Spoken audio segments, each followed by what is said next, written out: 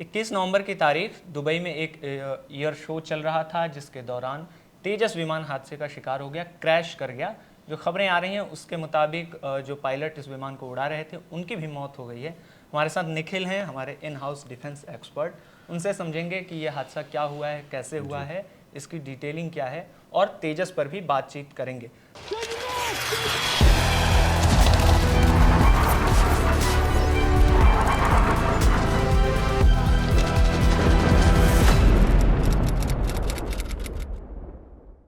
निखिल, पहले तो थोड़ा सा दर्शकों को यही विस्तार से बताइए कि जो घटना हुई है दुबई में वो क्या रहा है, उसकी डिटेल्स क्या हैं।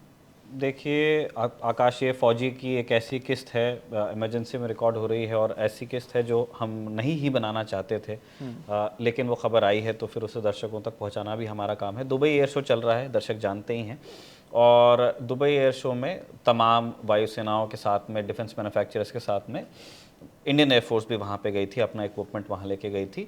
और जो डिस्प्ले अलग अलग किए जाते हैं उसमें से एक डिस्प्ले हमारे इंडिजिनस फाइटर तेजस का भी वहाँ पे होना था, जो आज हो रहा था, और उसके लिए अच्छी खासी वहाँ भीड़ जमा थी।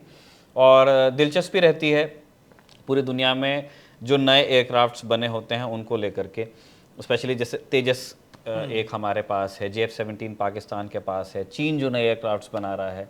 तो इन एयरक्राफ्ट्स को लेकर के बड़ी लोगों में जिज्ञासा होती है कि ये जो नए एयरक्राफ्ट्स बने हुए हैं, जो इंडक्ट भी हो गए हैं, उनका प्रदर्शन कैसा रहता है, ताकि जो नए खरीदार होंगे, है ना, जो लेना चाहते हैं ये हवाई जहाज़ अपने अपनी सेनाओं के लिए, वो लोग भी जुटते हैं, आम लोग भी जुटते हैं। आप भी अगर चाहें तो टिकट लेके पास बनवा के दुबई एयर शो जा करके वो सारी चीज़ें देख सकते हैं। तो उसी तरह का एक डिस्प्ले था।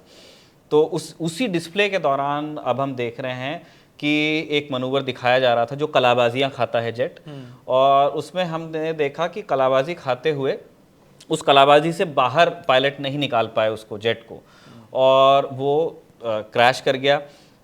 दुखद ये बात है कि जो पायलट उसको उड़ा रहे थे उनका भी देहांत हो गया है। ऐसा बताया जा रहा है कि विंग कमांडर रैंक के ऑफिसर हैं, लेकिन अभी भारतीय वायुसेना की ओर से आधिकारिक रूप से उनकी पहचान नहीं की गई है। तो हमारा भी यही निर्णय है कि जब वायुसेना का ये काम बनता है कि वो पहले उस जानकारी को देंगे, और उसके बाद में फिर खबरगांव पे भी ये जानकारी देखने को दर्शकों को मिल जाएगी। एक राहत की बात ये ज़रूर रही कि जहाँ जेट ये क्रैश हुआ है वहाँ पे किसी और सिविलियन की मौत नहीं हुई, क्योंकि ये क्रैश जहाँ से देख रहे थे स्पेक्टेटर्स, उससे कुछ दूर पे हुआ। मतलब मैं जो वीडियो भी देख रहा था, जो अभी सोशल मीडिया पे या टेलीविजन चैनलों पे चल रहे हैं, तो सारे फोन से रिकॉर्ड किए हुए ही वीडियो, और काफी दूर वो नजर भी आ रहा है।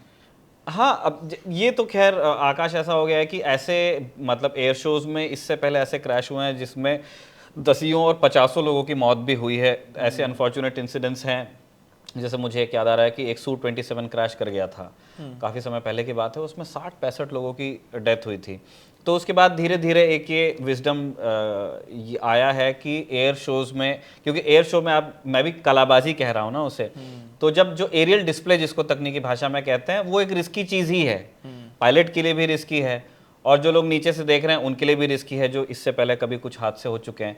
तो धीरे धीरे फिर जहां उतनी जगह होती है कि लोगों को एक जगह रखा जाए, और डिस्प्ले ऐसी जगह पे हो कि अगर कोई अनहोनी होती है, और तो मतलब एयरक्राफ्ट या जो मशीन है वो लोगों से दूर गिरे जा करके, इस तरह की कोशिश जिनके पास जगह होती है उतना करने की वैसा प्रयास किया जाता है, लेकिन एरियल डिस्प्लेस में ये खतरा तो होता है। तो इसका तो मतलब प्रॉपर SOP ही होती होगी कि कैसे क्या ऑर्गेनाइज होगा। हाँ बिल्कुल होती है। अब उसमें सीन ये है कि स्पेस है ना, वो जेट सैकड़ों किलोमीटर प्रति घंटा की रफ्तार से उड़ रहा है, तो वो कितने भी दूर आप उसको ऑडियंस से रखेंगे, वो आधे सेकंड में, 1 सेकंड में भी क्लोज इन कर सकता है। तो कुछ एक डिस्टेंस रखने की कोशिश की जाती है, एक डी रखा जाता है, लेकिन ये अनहोनी है ना। मैं थोड़ा सा तेजस पे भी आऊँगा, उसके बनने और फिर भारत में और सारी चीज़ों पे। मुझे एक सवाल ये बताइए कि जैसे डिस्प्ले जो बार बार हो रहा है, जिक्र भी हो रहा है कि डिस्प्ले हो रहा था वहाँ पे, क्यों वहाँ पे इस तरह का शो ऑर्गेनाइज करना, और जो हम लोग पहले भी बात कर रहे थे कि कोई खिलौना तो नहीं है कि आप डिस्प्ले शो में उसको लेकर जा रहे हैं। जैसे मेरी जो समझ है थोड़ी बहुत डिफेंस को लेकर, कि अगर मिलिट्री एक्सरसाइज हो रही है तो वहाँ एक ज़रूरी चीज़ है कि आप देखते हैं कि अच्छा जो मशीन रखी है रखे रखे ख़राब ना हो जाए, तो उस अभ्यास में लेकर गए। लेकिन क्या ये डिस्प्ले में जिस तरह से इस तरह के विमानों को लेकर जाना, उस पर अगर आप मैं बताता हूँ, ये एक बहुत ही, कोई कहेगा कि यार आकाश ये क्या सवाल पूछ रहे हैं, लेकिन अभी आप स्पेशली जो पाकिस्तानी हैंडल्स हैं उनके ऊपर ये सब चलने लगा है ना, कि जब बनाई नहीं तो क्यों भेजा टाइप की चीज़ें। हमारे यहाँ भी कुछ लोग जो नहीं समझते हैं या उतनी जानकारी नहीं है, उनके दिमाग में भी ये बात आ सकती है। तो आपने बिल्कुल दुरुस्त सवाल पूछा, डिस्प्ले क्यों किया जाता है और डिस्प्ले फ्लाइंग क्यों की जाती है। कलाबाजी खाना ज़मीन के इतने करीब है ना, रिस्की है, करोड़ों की मशीन है, और जो पायलट उसके अंदर बैठा हुआ है ना, एक सीनियर पायलट ही थे जैसी जानकारी आ रही है, वो तो बेशकीमती हैं, है ना, वो प्राइसलेस है, वो एक ह्यूमन लाइफ ही अपने आप में प्राइसलेस होती है। और जो पायलट्स होते हैं स्पेशली मिलिट्री एविएशन में, वो राष्ट्र की धरोहर होते हैं, क्योंकि जो सालों का अनुभव उन्होंने अपने उसका संचय अपने पास में किया है, जो स्किल सीखी है, वो इनटैंजिबल है। मशीन तो अभी एक तेजस क्रैश हुआ है, हमारे बन रहे हैं, हम एक और तेजस बना लेंगे तो आ जाएगा, लेकिन हमारे पास जो वो दशकों के अनुभव वाला वो पायलट था, दुखद रूप से अब वो हमारे बीच में नहीं है। तो सबसे महंगी चीज़ तो हमारे लिए हमारे पायलट्स हैं, क्योंकि वो इनटैंजिबल स्किल एक दिन में पायलट नहीं खरीद सकते ना बना सकते आप। तो ज़्यादा बड़ा नुकसान पायलट का ही होता है, मशीन्स तो बन जाती हैं। डिस्प्ले क्यों ले जाते हैं, उसके दो कारण हैं। डिस्प्ले क्यों ले जाते हैं, उसका पहला कारण तो यह है कि एक ही आपने इंडिजिनस जेट बनाया, हिंदुस्तान में एक फाइटर जेट बना लिया हमने, तो हम चाहते हैं कि हम भी इसको इस्तेमाल करें, और जब इतनी मेहनत हमने की है तो हम इसको एक्सपोर्ट भी करें। तो एक तरह से ये एक मेला है दुबई एयर शो, तो उसके अंदर दुनिया भर की वायुसेनाएं अपने अपना इक्विपमेंट लेके पहुंचती हैं। जो बड़ी बड़ी कंपनी जैसे HAL का वहाँ एक स्टॉल होगा, बोइंग का होगा, लॉकहीड मार्टिन का होगा, ये कंपनीज भी अपने वहाँ जाके स्टॉल्स लगाती हैं, इक्विपमेंट दिखाती हैं। तो जो बायर्स हो सकते हैं, जो खरीदार हो सकते हैं, वो आकर के इक्विपमेंट देखते हैं। वायुसेनाएं क्यों जाती हैं, क्यों डिस्प्ले करती हैं, इसके दो कारण होते हैं। एक कारण तो ये है कि जो एरियल डिस्प्लेज होते हैं, ये एक मोटिवेटिंग फैक्टर की तरह काम करता है, जिसमें एयरफोर्स अपना स्किल डिस्प्ले कर रही है कि हम इतने स्किलफुल पायलट्स हमारे पास में, हम इस तरह के मनूवर्स कर सकते हैं। और जब ये सारी चीज़ें आम लोग देखते हैं, जैसे अगर ये डिस्प्ले जैसे हमारे यहाँ बेंगलोर में भी होता ही है एयर शो, है ना, सालाना जो एयर शो होता है, एरो इंडिया होता है जो, तो एरो इंडिया में जो लोग आम लोग जाते हैं, यंग लोग देखते हैं, वो देखते हैं कि यार एयरफोर्स में इस तरह की ज़िंदगी भी हो सकती है, मेरी लाइफ में इतना एडवेंचर हो सकता है, इतने सारे लोग जो इन पायलट्स को देखने आए हैं, मैं भी हो सकता हूँ। तो एक तरह का वो एक रिक्रूटमेंट ड्राइव भी है। दूसरा, वो आपके दोस्तों के लिए और आपके दुश्मनों के लिए, दोनों के लिए आपकी योग्यता का उसकी मिसाल भी कायम कर रहा है उनके सामने। हम अपनी स्किल जितनी पानी में हैं, हाँ, हम अपनी स्किल्स अपने डिस्प्ले करते हैं। हमारा देश भी उससे मतलब आश्वस्त होता है कि अच्छे लोगों के हाथ में आपके देश की सुरक्षा है, और आपके दुश्मन को भी पता चलता है कि आपकी क्या कैपेबिलिटीज़ हैं। एक तरह का डेटरेंट का काम करता है। और जो जहाज़ के मैन्युफैक्चरर्स हैं, उनके लिए वो एक एडवर्टीजमेंट है कि इंडियन एयरफोर्स भी ले रही है इस जहाज़ को, और अगर दुनिया में और कोई कंपनीज या देश अगर इंटरेस्ट लेते हो तो वो भी इसे खरीदें। इस कारण से डिस्प्ले में भेजा जाता है। करोड़ों रुपए का खर्च आता है इन सारी चीज़ों में, तो ये बहुत सोच समझ के किया जाता है। और मैं आपको ये पूरी दावे के साथ बता सकता हूं कि दुबई एयर शो में भी जो ऐसी प्रारंभिक जानकारी है कि नंबर 45 स्क्वाड्रन जो सुलूर में हमारा है, वहाँ की टीम गई थी इस स्पेसिफिक तेजस को लेकर के, और मैं दावे से आपको बता सकता हूं कि हफ्तों उन्होंने ट्रेन किया होगा उन मनूवर्स को जो आज वो डिस्प्ले कर रहे थे। लेकिन अब वो क्या सिचुएशन थी कॉकपिट के अंदर, क्या कोई तकनीकी खामी थी, है ना, या ऑन पार्ट ऑफ, अभी तो नहीं बता सकते कि क्या कोई ह्यूमन एरर था। अब ह्यूमन एरर भी दोनों तरह की हो सकती है, मेंटेनेंस क्रू की हो सकती है, जो लोग मशीन को ऑपरेट कर रहे हैं उनकी हो सकती है। ये सब जो भारतीय वायुसेना की जब कोर्ट ऑफ इंक्वायरी की रिपोर्ट आएगी उसके बाद हमको पता चलेगा। अभी अनेकानेक संभावनाएं हैं, उसमें से कोई भी हो सकती है, लेकिन बहुत सोच समझ के निर्णय लिया जाता है कि हमें किन एयर शोज में भेजना है अपने मशीन्स को। बहुत ही स्किलफुल, बहुत सीनियर पायलट होते हैं जो इनको उड़ाते हैं, और उनके पास में दशकों का जनरली अनुभव होता है इस तरह की मशीन्स को ऑपरेट करने का, अनेक मशीन्स को ऑपरेट करने का। लेकिन ये जो आज हुआ है ये अनहोनी है।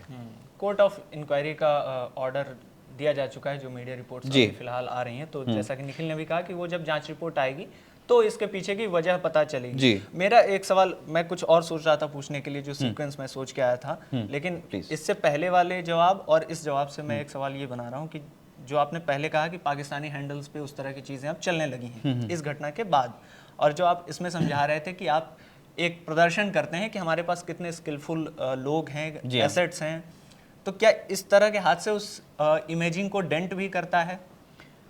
अगर आप समझेंगे इस चीज़ को तो नहीं करेगा, अच्छा। है ना। देखिए इंफॉर्मेशन वारफेयर का गेम है। अब जो आपका आर्क राइवल है पाकिस्तान, वो तो इस वीडियो को लेकर के जिस तरह की बातें कहना चाहते हैं वो कह भी रहे हैं। उन्हें इस बात का कोई इल्म नहीं है कि जो परिवार है उस पर अभी क्या बीत रही होगी। ये कोई लड़ाई तो थी नहीं हमारी पाकिस्तान और हिंदुस्तान के बीच में, किसी का बेटा किसी का पति चला गया।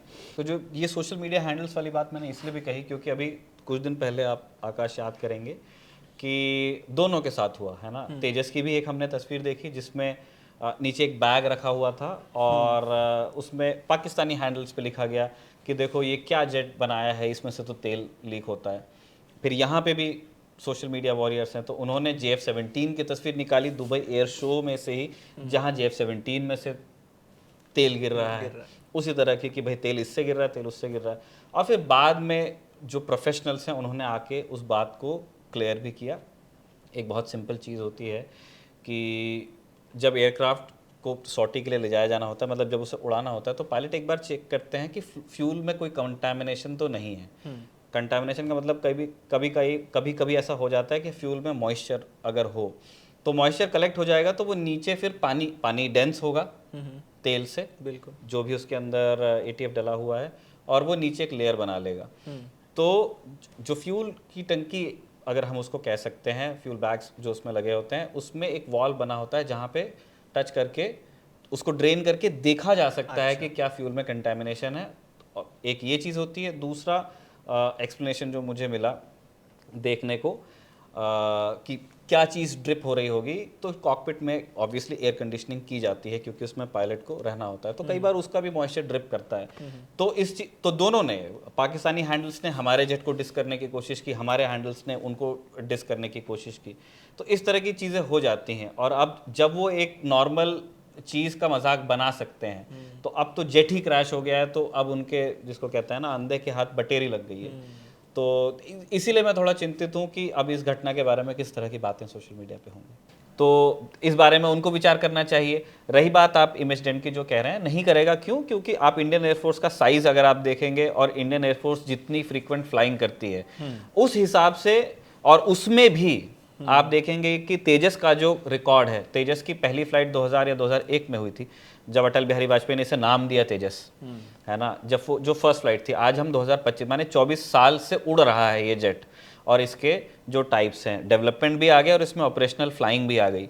इसमें कुल 2 बार तेजस क्रैश हुआ है 24 साल में, और उसमें से भी ये पहला क्रैश है जिसके अंदर किसी की जान गई है ट्रेजिकली। तो ये एक एक्सेलेंट सेफ्टी रिकॉर्ड है। इस तरह का सेफ्टी रिकॉर्ड्स बहुत सारे अंडर डेवलपमेंट या बहुत सारे सक्सेसफुल जेट्स का नहीं है। आपको ये समझना होगा कि मिलिट्री फ्लाइंग एक बहुत रिस्की चीज़ है, और एक रिस्क को स्वीकार करके ही व्यक्ति उस प्रोफेशन में जाता है। इस तरह की घटनाएं हो सकती हैं। इस चीज़ के लिए मानसिक रूप से वायुसेना और वायुसेना के पायलट्स और उनकी फैमिलीज भी मतलब उनके दिमाग में एक ये चीज़ होती है कि एक रिस्की प्रोफेशन है।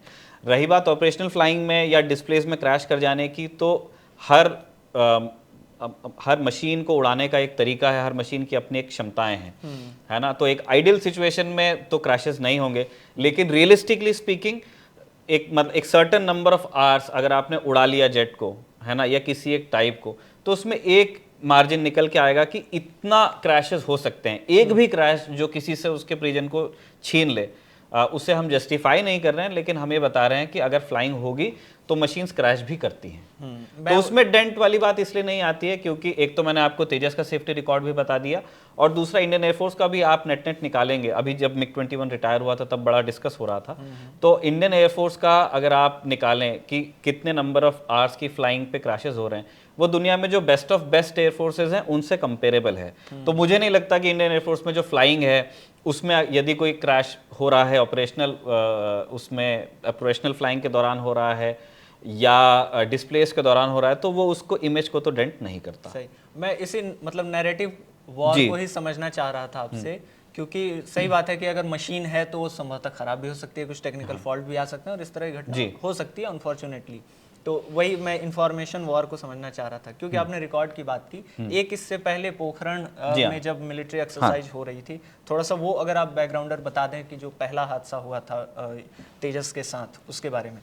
देखिए, एक ना तेजस को लेकर के क्या हुआ, 2024 तक के 2001 में फर्स्ट फ्लाइट होती है तेजस की, और 2024 मतलब 23 साल तक ये जेट क्रैश ही नहीं हुआ।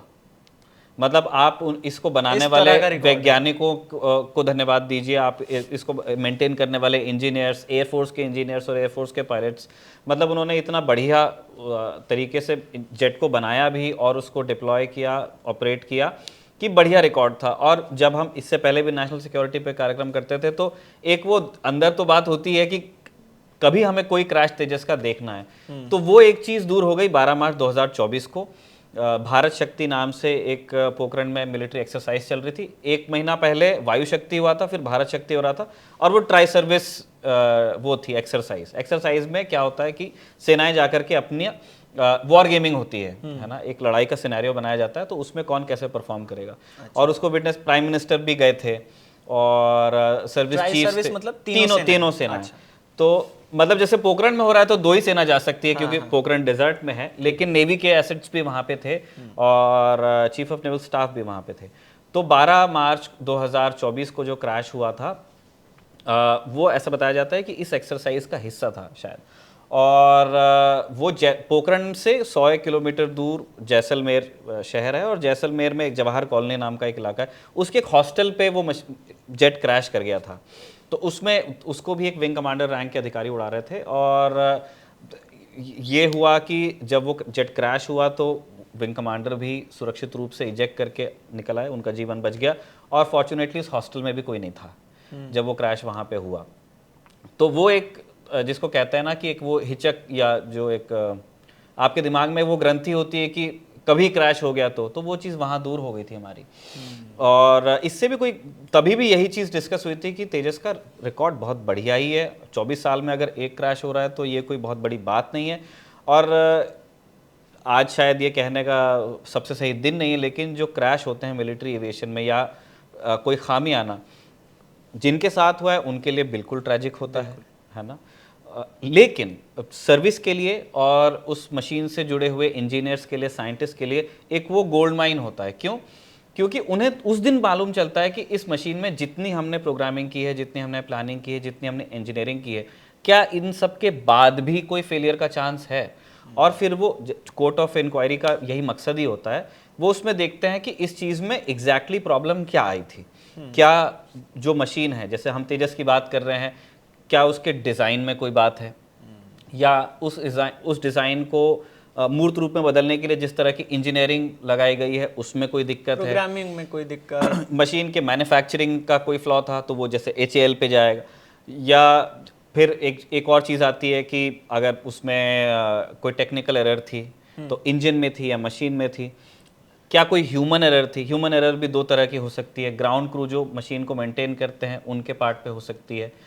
ह्यूमन एरर एयर क्रू जिसको बोलते हैं, वो ये हो सकता है कि जो पायलट उड़ा रहे हैं क्या उनसे कोई चूक हुई हो, ये हो सकता है। तो इन सारी चीज़ों का पता लगता है, और यहाँ से जो लेसन्स निकलते हैं वो फिर आने वाले कई सारे क्रैशेस को अवॉइड कर देते हैं। मतलब वो एक तरह से वो इंस्टीट्यूशनल नॉलेज को ही बढ़ा देते हैं। तो ये चीज़ पोखरण वाले क्रैश को लेकर के हुई थी। एक और क्रैश के बारे में मैं अपने दर्शकों को बताना चाहता हूँ। पोखरण वाला तो 12 मार्च 2024 को, 1 अक्टूबर 2020 में, 12 अक्टूबर 2020 है मेरे ख्याल, जी हाँ 12 अक्टूबर 2020 को इसी दिल्ली NCR के आसमान पे भी एक तेजस क्रैश होते होते बचा था।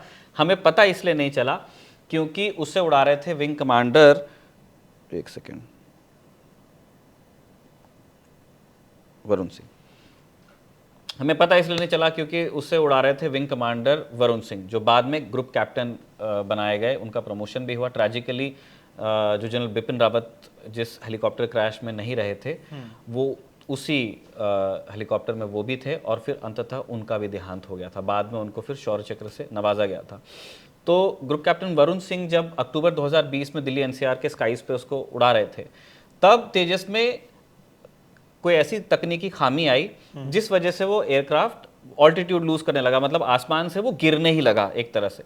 लेकिन तब ग्रुप कैप्टन के पास में बहुत ऑल्टीट्यूड था, उनको ग्राउंड क्रू से मतलब ये कम्युनिकेशन हो गया था कि आप मशीन से इजेक्ट कर सकते हैं, क्योंकि रिकवरी का कोई रास्ता नज़र आ नहीं रहा था। माने आप जहाज़ से बाहर आ जाइए, जहाज़ को क्रैश होने दीजिए, है ना, क्योंकि मैंने पहले ही बताया ज़्यादा कीमती हमेशा पायलट होता है, तो ये बता दिया गया। लेकिन वरुण सिंह ने इजेक्ट नहीं किया, वो उस मशीन से लड़ते रहे और उन्होंने आसमान से गिरते हुए जेट को काबू में कर लिया और उसको सेफली लैंड किया विद दैट एरर। जो उसमें दिक्कत आई थी उसके साथ उन्होंने लैंड कर दिया, और जब वो एयरक्राफ्ट जमीन पर आ गया, और क्योंकि साबूत आया था और वहां पे हमारे पास एक पायलट था जो उस घटना को पूरी तरह से जानता था, और वो इंजीनियर से जिन्होंने उसे मेंटेन किया था, तो फिर ट्रबल शूट किया गया।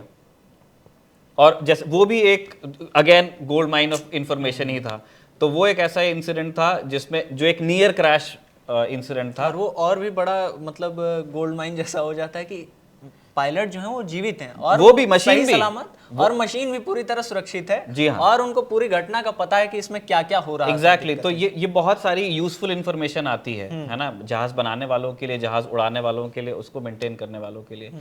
तो ये एक नियर क्रैश मैंने आपको अक्टूबर 2020 का बताया, एक 2024 में तो क्रैश कर गया था, लेकिन फेटल क्रैश नहीं था। अब जो नवंबर 2025 में हम आपसे बात कर रहे हैं, जो क्रैश हुआ है, अनफॉर्चुनेटली एक फेटल क्रैश था। संभवतः जो मिलिट्री हिस्टोरियन हैं एयरफोर्स पर, उनका बढ़िया काम है, अचिंत गुप्ता, उन्होंने ऐसा लिखा है कि संभवतः भारत के बाहर हमारा किसी मिलिट्री एयरक्राफ्ट का ये पहला क्रैश है जिसमें जान गई है। तो मैं ये थोड़ा सा पूछना चाह रहा था कि जैसे तेजस की अब चर्चा हो रही है, अभी अब ये होगी 1-2 दिन जी, तेजस की मतलब जो भी हमारे पास एयरक्राफ्ट्स हैं, चाहे अपने या फिर जो बाहर से हम लोग खरीदे हुए हैं, उसमें तेजस किस लेवल पे है, कितना धांसू है उनकी फीचर्स में अपने? देखिए सेफ्टी वाइज अभी भी आज के क्रैश को मिला के भी सेफ्टी वाइज जितना हमारी इन्वेंट्री है उसमें बेस्ट ही है। अच्छा, सेफ्टी रिकॉर्ड के हिसाब से, है ना, 25 साल में 2 क्रैश, जिसमें से 1 फर्टिलिटी है, तो सेफ्टी का रिकॉर्ड मैंने आपको बता दिया बेस्ट। आप कैपेबिलिटी वाइज अगर उसको देखेंगे तो 2 स्क्वाड्रंस हैं जो डिप्लॉयड हैं। एक नंबर 45 स्क्वाड्रन है, वो सुलूर में है तमिलनाडु में, और एक नालिया में हमारा स्क्वाड्रन है नंबर 18 स्क्वाड्रन, और ये ऑपरेशनल फ्लाइंग करते हैं। जो नालिया वाला स्क्वाड्रन है और वेस्टर्न बॉर्डर पे और जगह पे तेजस को भी भेजा गया है, वो रेगुलरली कॉम्बैट एयर पेट्रोल, मतलब जो हवा में गश्त लगाना है, ये काम तेजस अब करता है, ऑपरेशनल रोल में डिप्लॉयड है। और इसमें हमने मिसाइल्स इंटीग्रेट की हैं, बॉम्ब्स इंटीग्रेट किए हैं, कुछ और मिसाइल्स का और कुछ और बॉम्ब्स का इंटीग्रेशन अभी बाकी है। मार्क 1 जो भारतीय वायुसेना को प्रॉमिस, मतलब पहले क्या हुआ कि तेजस बना लिया गया, है ना, तो पहले तो सबसे पहले वैज्ञानिकों को ये इंश्योर करना था कि जेट उड़े, फिर उसके बाद में मतलब एयरफोर्स की कुछ ज़रूरतें होती हैं, है ना, और फिर उसके बाद उसमें चीज़ें ऐड होती हैं कि आपको इतनी मिसाइल्स ले जाने लायक जेट होना चाहिए, इतनी रेंज होनी चाहिए जेट की, एरियल रिफ्यूलिंग, जहाज़ को हमेशा ईंधन लेने के लिए नीचे नहीं आना पड़े, वो एरियल रिफ्यूलिंग भी उसमें हो, तो ऐसे ऐसे करके उसमें चीज़ें इंटीग्रेट होती गई। तो जो जो जो आपका बेस लाइन आप तेजस बोल सकते हो, वैसे 40 हमने ऑर्डर किए थे और मार्क 1 का कॉन्ट्रैक्ट दिया गया है। मार्क 1 के 2 कॉन्ट्रैक्ट हैं, तो इन दोनों की डिलीवरी अभी, पहला मार्क 1 मुझे लगता है कि अभी हम नवंबर में है, दिसंबर में पहला तेजस मार्क 1 वायुसेना को मिल जाएगा। ऑपरेशनल फाइटर है, एयर टू एयर रिफ्यूलिंग है इसके अंदर, एयर टू एयर मिसाइल्स ये चला सकता है, कैनन है इसके अंदर, बॉम्ब्स ड्रॉप कर सकता है, एक्सटेंडेड रेंज के लिए फ्यूल बैग्स लेके जा सकता है। क्योंकि ये एक ऐसा जेट है जो हमने बनाया है, और हमने हिंदुस्तान में 2 जेट्स बनाए गए, एक HF मारुत बनाया गया था 60s में, और ये दूसरा जेट है जो हमने तेजस अटेम्प्ट किया, लेकिन मारुत और तेजस के बीच में जेट डेवलपमेंट हिंदुस्तान में रोक दिया गया, उसके अनेक कारण हैं। तो तेजस हमारा एक ऐसा जेट है जो हमने 80s में बनाना चालू किया, और अगर हम इसको पहला मॉडर्न जेट कहें, है ना, 4th जनरेशन, तो उसमें डेवलपमेंट के हिसाब से सेटिस्फैक्ट्री है। कैपेबिलिटीज़ इसमें आने वाले समय में और जुड़ती जाएंगी, तो इसीलिए हम इसको कॉम्बैट एयर पेट्रोल जो नॉर्मल ड्यूटीज़ होती हैं एयरफोर्स की, उसमें उसको इस्तेमाल करते हैं। एयरफोर्स की जो दूसरी ज़रूरतें हैं, कॉम्बैट मिशंस और बाकी चीज़ें, उसके लिए हम दूसरी मशीन्स यूज़ करते हैं। हमारे पास Su-30 हैं 270 के करीब, हमारे पास रफाल हैं, जैगुआर के कुछ स्क्वाड्रन्स हमारे पास हैं, हमारे पास MiG-29s हैं। तो ये जो बाकी जेट्स का मैं नाम ले रहा हूँ, ये बहुत मॉडर्न जेट्स हैं, और ऐसे देशों ने बनाए जिनके पास में दशकों दशक का अनुभव रहा है फाइटर जेट्स ही बनाने का। तेजस को आप एक स्टैंड अलोन प्रोग्राम की तरह देखेंगे तो उसका डेवलपमेंट भी सेटिस्फैक्टरी मानता हूँ। मतलब ये लड़ाई में बहुत ज़्यादा इन्वॉल्व नहीं है। जो भी एक्शंस होते हैं उसमें क्या तेजस इन्वॉल्व है उस तरह से? बिल्कुल, जो जैसे मैंने बताया कॉम्बैटिव पेट्रोल्स के लिए तेजस को यूज़ किया जा रहा है भारत की पश्चिमी सीमाओं पे, है ना। पाकिस्तान से लगी सीमाओं पे तेजस निरंतर उड़ान भरता है। जो हमने अभी कुछ एक्शंस देखे हैं, ऑपरेशन सिंदूर हो गया या बालाकोट स्ट्राइक्स हो गए, उनमें ज़रूर वहाँ तक के अभी मामला नहीं पहुँचा है। जैसे मैंने कहा आने वाले समय में ये भी होगा। अच्छा, क्या थोड़ा सा आप तेजस के बनने की कहानी बता सकते हैं कि कैसे ये आइडियाज़ आए या फिर शुरू में जब भी ये बन रहा था? देखिए, ये इंदिरा गांधी के टाइम पे इसके डेवलपमेंट की बात आई थी और ये शुरू में ऐसा कहा जाता था कि मिग 21 रिप्लेसमेंट है। अच्छा। क्योंकि हमारे पास में मिग 21 उस टाइम पे बैकबोन हुआ करता था एयरफोर्स की, और अपने ज़माने में मिग 21 भी सबसे बढ़िया जेट्स में से ही एक था। लेकिन आपको एक मॉडर्न जेट अगर आपको बनाना है तो उसमें काफ़ी समय चाहिए होता है। तो कुछ पार्टनर्स बाहर से लिए गए, कुछ फ्लाइंग के लिए जो एक्सपर्टीज़ थी एयरफोर्स के पास में थी, उन्होंने एक ASQR बना के दिया। HAL को इन्वॉल्व किया गया, DRDO की एक लैब है आडा, उसको इन्वॉल्व किया गया, और फिर उनको बनाते बनाते बनाते फर्स्ट फ्लाइट उसकी 2000-2001 में हुई थी। जब उसकी फर्स्ट फ्लाइट के बाद ही उसको अटल बिहारी वाजपेयी तब प्राइम मिनिस्टर हुआ करते तो उन्होंने तेजस नाम दिया। और अच्छा, ये अटल बिहारी वाजपेयी का दिया हुआ? उन्होंने पहले LCA लाइट कॉम्बैट एयरक्राफ्ट, जो टेक्निकल नेम था उसी से पुकारा जाता था, ये वाजपेयी का दिया नाम था तेजस, कि इसको तेजस हम कहेंगे। और बनने की कहानी में ये भी है कि एक टाइम था जब इंडिया ने इंजन भी अटेम्प्ट किया था कि हम एक एयरक्राफ्ट भी बनाएंगे और हम एक इंजन भी बनाएंगे, लेकिन अनफॉर्चुनेटली हम इंजन अपने पास नहीं बना पाए। तो अभी जो तेजस आप फ्लाइंग में देख रहे हैं, जिसमें से एक दुबई में भी क्रैश हुआ है, और जो आने वाले कुछ सालों तक इंडियन एयरफोर्स को मिलेंगे HAL की तरफ से बना करके, तो एक जनरल इलेक्ट्रिक कंपनी है US की GE, उनका इंजन F404 उसके अंदर लगता है। और जो बाकी चीज़ें हैं उसमें से काफ़ी उसमें इंडिजिनस कंपोनेंट हैं। जैसे आप विंग्स, जहाँ तक मुझे पता है L&T बनाती है, और फ्लाई बाय वायर इंडिया में बना है उसके लिए कुछ कंसल्टेंसी बाहर से ज़रूर ली गई थी। देखिए, तेजस एक ऐसा एयरक्राफ्ट है, जैसा आपने शायद कुछ फिल्मों में या OTT में दर्शकों ने देखा होगा कि पायलट खींचता है तो प्लेन ऊपर जाता है या नीचे जाता है, ऐसे करके होता है। हाँ। तो एक ज़माना था कि जब पायलट का मतलब जो कंट्रोल सरफेसेस होते हैं, विंग्स हैं या टेल है, उसके ऊपर पायलट का वास्तविक नियंत्रण होता था। जैसे वो खींच रहा है तो कोई पुली लीवर सिस्टम से सरफेसेस हिलते थे, फिर हाइड्रोलिक्स आए, है ना, कि तेल के प्रेशर से वो चलते थे। तो एक डायरेक्ट कंट्रोल है, मैंने ये लीवर दबाया तो वो कोई सरफेस ऊपर या नीचे या आड़ा या तिरछा होगा। तेजस के अंदर क्या हुआ, तेजस एक डेल्टा विंग एयरक्राफ्ट है ना, अलग से ऐसे पंख जैसे नहीं है, वो एक आपको ट्राइंगल जैसे एक डार्ट जैसा होता है वैसे दिखेगा। तो इस डिज़ाइन के साथ ये है कि ये डिज़ाइन अनस्टेबल है। मतलब यदि तेजस को अगर आप एक नॉर्मल कंडीशंस में उड़ाना चाहे, वो डिज़ाइन ही किया गया है टू बी अनस्टेबल। अच्छा, है ना, वो एक अनस्टेबल एयरक्राफ्ट है। अब एक अनस्टेबल एयरक्राफ्ट को कैसे उड़ाया जाएगा? तो अनस्टेबल एयरक्राफ्ट को उड़ाने के लिए उसमें एक फ्लाई बाय वायर, मतलब वो कंप्यूटर उड़ाता है। होता ये है कि पायलट अपना इनपुट देते हैं, जो भी उन्हें करना है, जो भी वो चीज़ चाहते हैं जेट से, वो इनपुट फिर एक कंप्यूटर में जाता है। कंप्यूटर उस इनपुट को समझता है और फिर उसके बाद में एक इलेक्ट्रिक सिग्नल जाता है जेट के जिस हिस्से को मूव करना है, या ऊपर होना है, नीचे होना है, जैसे भी वो मूव करना है, और ये विद इन स्प्लिट सेकेंड्स होता है।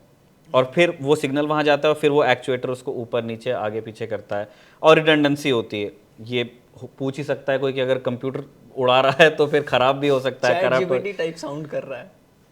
उससे आगे की चीज़ है ये। हाँ, बिल्कुल, मतलब उससे आगे की चीज़ है। आप मतलब जिसमें तेजस में 4 एक्सिस का मतलब क्वाड्रुप्लेक्स बोलते हैं उसको, तो मतलब 4 लेवल की रिडंडेंसी, 1 2 3 4 जब फेल होंगे तब फ्लाई बाय वायर फेल होगा। मतलब वो एक बहुत ही सेफ सिस्टम है।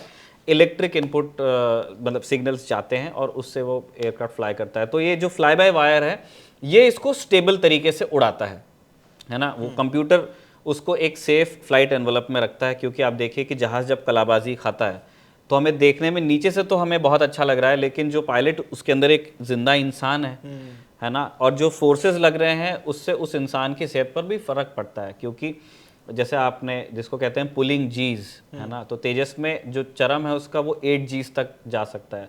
8 जी का मतलब ये हुआ कि अगर पायलट का वजन 50 किलो है, सॉरी फॉर एग्जाम्पल मैं कह रहा हूँ, तो 400 किलो वजन हो जाएगा उस पायलट का बैठे बैठे जब वो कलाबाजी खा रहा है। तो ऐसे में क्या होता है, खून आपके दिमाग से आपके पैरों की तरफ दौड़ने लग जाता है, और जब दिमाग में खून नहीं होगा तो फिर आप निर्णय लेने की क्षमता नहीं होगी, आप देख नहीं पाएंगे, बहुत सारी चीज़ें आपके साथ में होंगी। तो जी सूट्स पहनते हैं तेजस के या अभी सारे ही मॉडर्न फाइटर्स के।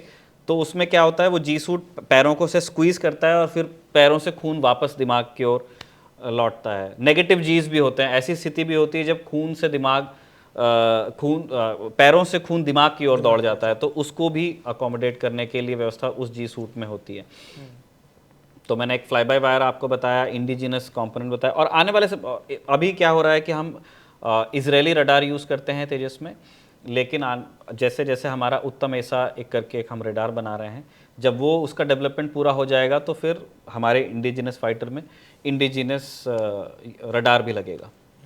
और कुछ आप जोड़ना चाहते हैं इसमें तेजस को लेकर, या फिर अभी इस पूरी बातचीत में? जी, अभी मैं ये ज़रूर कहना चाहता हूँ इस बारे में कि अभी 2 दिन आप बता रहे हैं, 2-3 दिन अभी तो तेजस की ही बात होगी, तेजस के सेफ्टी रिकॉर्ड को लेकर के खूब बात होगी। मैं कहना चाहता हूँ कि अभी हमारे लिए भी, हम तो वैसे भी पत्रकार हैं, हम मिलिट्री एविएशन के एक्सपर्ट्स नहीं हैं, तो थोड़ा बहुत नेशनल सिक्योरिटी कवर करते हैं। अभी हमें किसी कंक्लूजन पे जंप करने से बचना चाहिए। मैं उन लोगों के लिए कह रहा हूँ जो आतुर हैं अभी ट्विटर पे लिखने के लिए। जेट जिन स्थितियों में क्रैश किया है वो हमने देखा है, इतना ही किसी को भी समझ में आ रहा है कि जेट एक कलाबाजी एक मनूवर था, उस मनूवर को जब वो पूरा कर रहा था तो वो उससे, जिसको कहते हैं ना, रिकवर नहीं हो पाया, और वो लगातार एक मतलब ऑल्टीट्यूड लूज करता गया और वो ज़मीन से टकरा गया। हमें अभी तक की इतनी ही बात मालूम है। वायुसेना जब कोर्ट ऑफ इंक्वायरी कर रही है तो वो इन सारे फैक्टर्स पे ध्यान देगी कि कौन कौन सी चीज़ें हुई होंगी, और जब उस डेब्री का एनालिसिस होगा, ऑब्वियसली इसमें जो ब्लैक बॉक्स वगैरह हैं उसकी जांच होगी, तब मालूम चलेगा कि वो वास्तविक कौन सी परिस्थितियां थी जिसके अंदर ये क्रैश हुआ। क्या जेट में किसी सुधार की ज़रूरत है, हमको वो भी मालूम चलेगा, या जिस तरह से जेट को ऑपरेट किया जा रहा था या मेंटेन किया जा रहा था उसमें कोई चीज़ है, ये भी हमको अभी समय के साथ मालूम चलेगा। तो अभी थोड़ा स्पेकुलेशन से अभी बचने का समय है। एक परिवार के लिए, एयरफोर्स के लिए और पायलट के स्क्वाड्रन के लिए ये एक दुखी करने वाला दिन है। वो आज उन्हें बहुत अच्छा लग रहा होगा, कुछ घंटों पहले तक के वो ये सोच रहे होंगे कि हमारा नाम सब 7 समंदर पार रोशन हो रहा है, लेकिन एक अनहोनी हो गई और उनके बीच से एक सदस्य नहीं रहा। तो खबरगांव परिवार की तरफ से air force, Indian air force, concern squadron और परिवार के प्रति संवेदनाएं हम प्रकट करते हैं। लोगों से दोबारा अपील करेंगे कि अभी स्पेकुलेशन से बचें। हमें पता है सोशल मीडिया पे बहुत बात होगी इस बारे में, बहुत प्रेशर हो सकता है, जो हमारे नेबरिंग कंट्री के हैंडल्स हैं वहाँ से बड़ा प्रेशर आपको फील हो कि इस पे रिएक्ट कर दें, लेकिन उनसे एंगेज करके कोई ख़ास अभी मतलब नहीं है। अभी तक की जानकारी हमने जितनी हमारे पास अवेलेबल थी आपको दे दी। हम आश्वस्त आपको करते हैं कि अभी तक के तेजस का रिकॉर्ड अनब्लेमिश था। पहली ये दुर्घटना हुई है जिसमें किसी की जान गई है, इसके बावजूद तेजस का रिकॉर्ड अच्छा ही है। लेकिन जब दुर्घटना होती है तो फिर ये बात भी समझ में आती है कि किसी न किसी सुधार की आवश्यकता है। तो हमें वायुसेना को थोड़ा सा समय देना होगा ताकि वो उस गुंजाइश का पता लगाएं, और फिर जब जब कोर्ट ऑफ इंक्वायरी की जानकारियां सामने आती हैं, अगर उसमें से ऐसी कोई जानकारी हुई जो हमें लगता है कि आपको मालूम होनी चाहिए, तो फौजी की एक और किस्त आपके सामने हाजिर होगी। ठीक है, तो वीडियो कंक्लूड कर रहे हैं। आप किसी इस घटना को लेकर किसी कंक्लूजन पे पहुंचने की कोई जल्दी ना करें। जैसा निखिल ने कहा, जाहिर तौर पे इंडियन एयरफोर्स और जो पायलट थे उनके परिवार के लिए एक मुश्किल वक्त है, तो उस मुश्किल वक्त में साथ ही रहना चाहिए। और जैसा कि निखिल ने वादा किया है, जो कोर्ट ऑफ इंक्वायरी में बातें निकल कर आएंगी वो हम एक बार फिर आप तक लेकर आएंगे। शुक्रिया।